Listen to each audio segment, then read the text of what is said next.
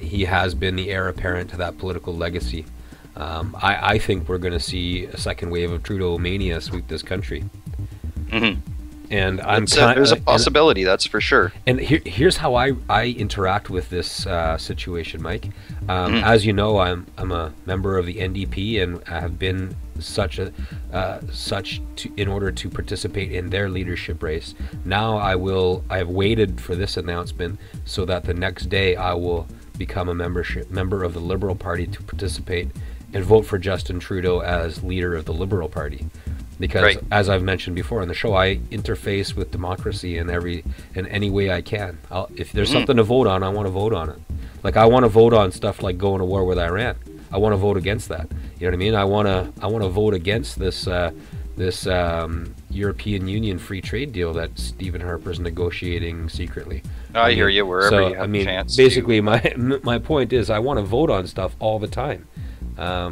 And that's how I interface with democracy. So I'll go in any party if there's something to vote about. You know, I voted for, first Nathan Cullen for cooperation, and then Thomas Mulcair for kick-ass attitude. And now that there's something to vote on with the Liberal Party, I'm going to get in there and I'm going to support Justin Trudeau. Right. On that note, the one thing that I think we definitely need to talk about in Canadian politics right now is that the whole idea of cooperation and the way that progressives have mostly been looking at it, I believe it needs to be reset. And I think that this Justin Trudeau speech actually kind of verifies that for me too. And don't get me wrong here, Tony, I'm not trying to step on Justin Trudeau's toes, but I definitely was able to tell by his speech that his goal, just like Thomas Mulcair's goal, which you can't actually blame either of these guys because of the position their parties are in. Neither of these guys are going to go out there and not sell their party's brand to the Canadian voting public. Well, Mike, I like the fact that we're going into cooperation because, like I said, as of right now, I'm a member of the NDP. As of tomorrow, I'll be a member of the Liberal Party. I like both of these parties. I think good people belong to both of these parties. I like Thomas Mulcair as a leader. I like Justin Trudeau as a leader. So where does that put me? Why don't we go to a track and come back and talk about cooperation? Okay, sure. When we come back. Okay, here we go. It's Chromatics running up that hill.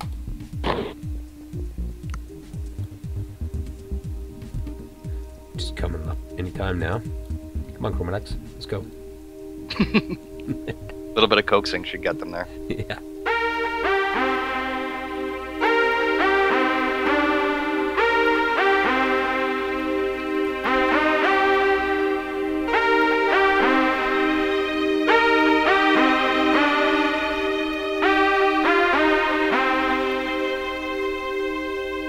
It didn't hurt me, but you want to feel how it feels. But you want to know that it didn't hurt me. But you want to hear about the deal they're making.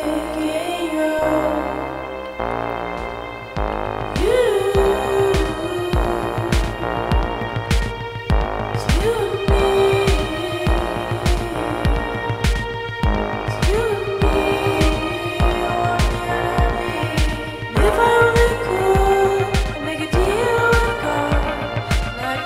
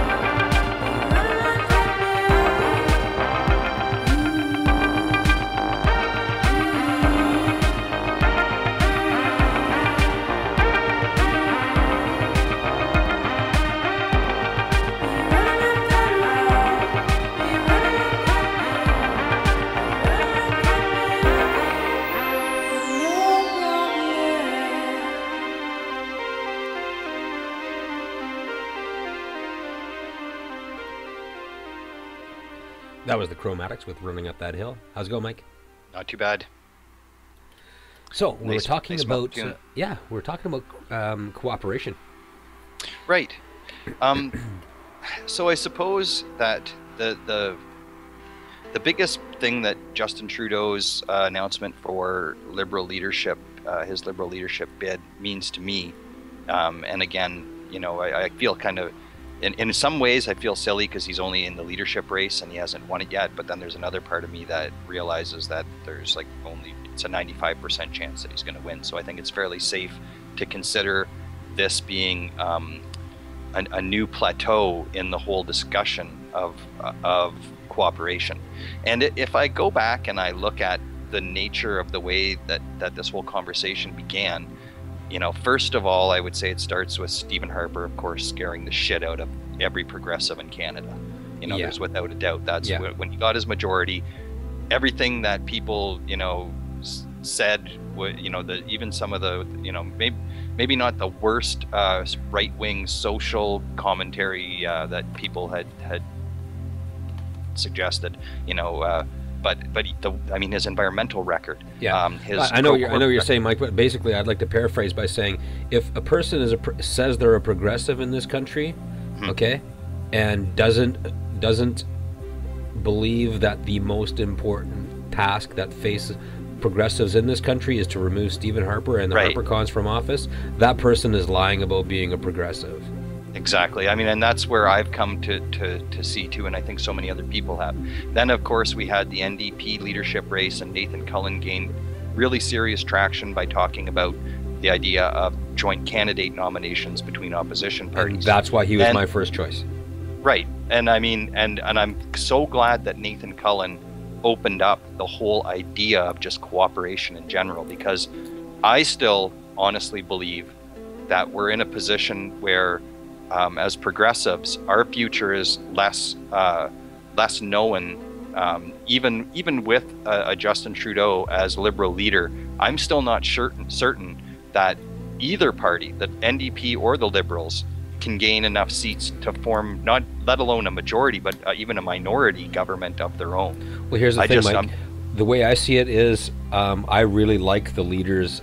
And I mean, I'm going to talk from now on as though Justin Trudeau is the leader of the Liberal Party. That's fair. I will. I mean, I just can't.